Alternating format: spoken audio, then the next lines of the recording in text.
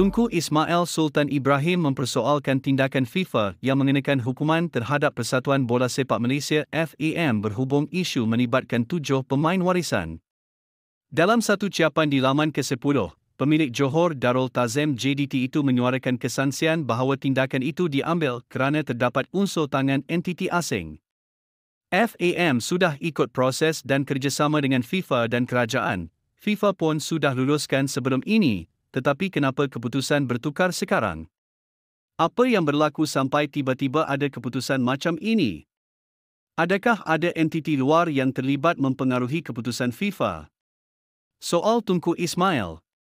Hantaran itu dibuat berserta lampiran surat Ketua Pengarah Jabatan Pendaftaran Negara, Badrul Hisham alias bertarikh 19 September yang menjelaskan pendaftaran ke semua 7 pemain tersebut sudah mengikuti prosedur.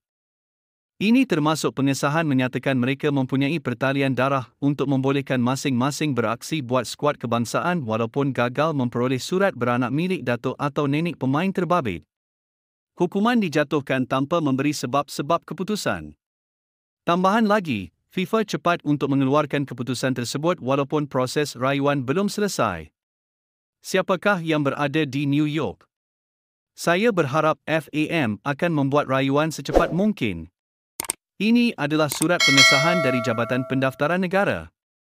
Takkan kita takut dan nak tunduk dengan individu yang khawatir dengan kebangkitan Harimau Malaya? Lawan tetap lawan. Berani kerana benar, tulisnya.